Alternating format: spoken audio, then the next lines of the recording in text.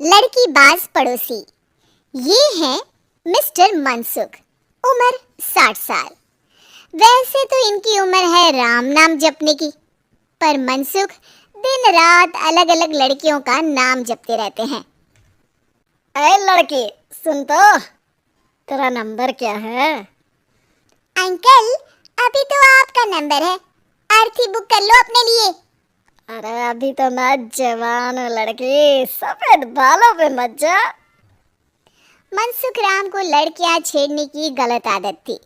पत्नी बहुत पहले गुजर गई थी, जिसके बाद मनसुख खुले बैल की तरह हो गए। जहां दिखी नारी वहां लाइन मारी।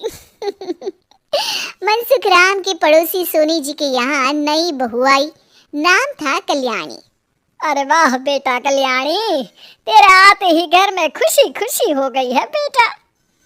अरे माँ जी, जलेबी खाओ, बात मत करो, बोलने से खुशी को नजर ना लग जाए। जैसे मोहल्ले की हर लड़की पे मनसुख की नजर थी, वो कल्याणी को भी बुरी नजर से देखता है। एक दिन कल्याणी छत पे मिर्चें सुखाने जाती है। दूसरे छत पे खड़ा मनसुख गाना गाने लगता है। उफ उफ मिर्ची, हाय हाय मिर्ची, देखे तो तुझे लग जाए मिर्ची। कल्याणी को लगता है कि यूं ही गा रहे हैं, शौकिया तौर पर ये तो होता ही रहता है। एक दिन कल्याणी आंगन में पौधों को पानी दे रही होती है। फूल हूँ गुलाब का, चमेली का न समझना, आशिक हूँ मैं आपका, सहेली का न समझना। कल्याणी को ये बात बहुत अजीब लगती है, क्योंकि शायरी बोलते वक्त मनसुख उसी की तरफ देख रहा था। वो अंदर जाती है और अपनी सास को कहती है, ये जो हमारी पड़ोसी है। अरे दूर रहना उससे। हाँ, दूरी रहूंगी, पर ये थोड़े अजीब नहीं है? अरे अजीब, आवारा, ठरकी, पता नहीं क्या क्या आदमी है वो। हर लड़की पर नजर डालता है वो।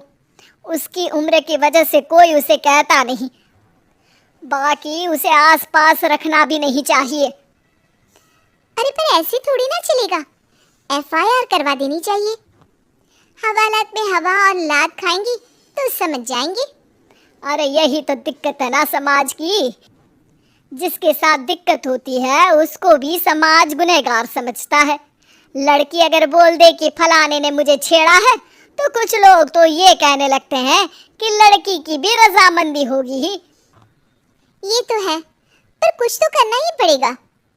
नहीं बेटा, कुछ मत कर, जबरदस्ती हम किसी से लड़ेंगे नहीं। हमारा परिवार इज्जतदार परिवार है। कीचड़ में जाएंगे तो हम भी तो गंदे हो जाएंगे ना। लेकिन सासू माँ, कीचड़ में जाए बिना गंदगी कैसे साफ होगी? अरे बेटा, मैं तो यही कहूंगी कि तू नई बहू है, अपना रुतबा बना बाकी औरतों में। अपनी समझदारी से, अपने काम से इन चक्करों में मत पड़ बेटा। बहू सास की बात ना चाहते हुए भी मान लेती है, और कई ऐसे मौके आते हैं जब मनसुख बहू पर उल्टे कमेंट्स करता है। जैसे एक दिन जब बहू छत पर सफाई कर रही होती है, तो मनसुख छत पे आकर गाना गाने लगता है। तेरा ध्यान किधर है, तेरा हीरो इधर है, तेरा हीरो इधर है। मेरा ध्यान तो आपकी हरकतों पे ही है, थोड़ा आप भी ध्यान दो कि क्या कर रहे हो आप। अरे बहुत तीखी हो और मुझे मिर्ची पसंद भी है। अरे वाह। बुढ़ाओ कहीं के। बहू वापस अपने कमरे में नीचे चली जाती है। वो किसी को बताती नहीं है कि आज मनसुख ने उसे क्या कहा, ताकि घर में टेंशन ना हो। एक दिन बहू घर के बाहर रोड पर ठेले वाले से सब्जी खरीदने जाती है। भैया, प्याज के भाव कम करो ना, बिना प्याज काटे ही रुला दोगे वरना। तभी बहू की नजर मनसुख पर पड़ती है, जो वहां से गुजर रही एक लड़की को देखकर कहता है, शीशी भरी गुलाब की पत्थर पे फोड़ दूं, तेरे लिए तो जाने मन जीना भी छोड़ दूं। लड़की सहम जाती है। उसकी उम्र शायद 18-19 साल की रही होगी। बहू ने जब ये देखा कि मनसुख ने इतनी छोटी उम्र की लड़की को तंग किया है तो वो घर में जाके अपने पति से कहती है, तुम्हारा पड़ोसी मनसुख, अरे बहुत नीच आदमी है। अरे कुछ करते क्यों नहीं उसका? अरे मैं क्या करूं? पड़ोस में गंदगी है, हटानी तो पड़ेगी ना। मेरा साथ दोगे? दूंगा, लेकिन करना क्या है? हम फंसेंगे तो नहीं ना? डरो मत, अच्छे काम करने से डरना नहीं चाहिए। उस दिन कल्याणी अच्छे से तैयार होती है और मनसुख के घर जाती है। अरे वाह, आज तो घर में चांद उतर आया है। आपकी शायरी, आपके गाने मुझे यहाँ खींच लाए। शाम को मेरे पति और सास घर पर नहीं रहेंगे, आप मेरे घर आ सकते हैं चाय पीने। अरे जरूर जरूर, मुझे पता था तुम समझदार हो, पर इतनी जल्द मुझे पसंद करने लगोगी ये नहीं सोचा था। चाय पे इंतजार रहेगा। मनसुख शाम को कल्याणी के घर चला जाता है। आप बेडरूम में बैठिए, वहाँ चाय पियेंगे। अरे वाह, बेडरूम में चाय मनसुख हंसता हुआ बेडरूम में जाता है और वहाँ का नज़ारा देख के घबरा जाता है। वहाँ पर मोहल्ले की वो सारी लड़कियाँ खड़ी हैं जिनको आज तक मनसुख ने छेड़ा था।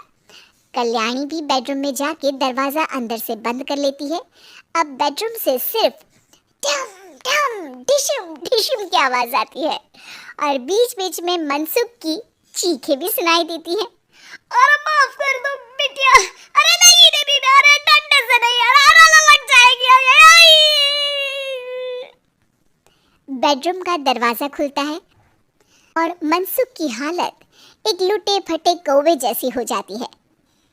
किए की सज़ा तो मिलनी ही थी आपको, लेकिन आपकी और आपसे ज़्यादा हमारी इज्जत का भी ख्याल रखना था, इसलिए इस बार शांति से धर धर के धरना किया हमने आपकी। अगर ज़रूरत पड़ी तो बाहर जुलूस भी निकाल सकते हैं।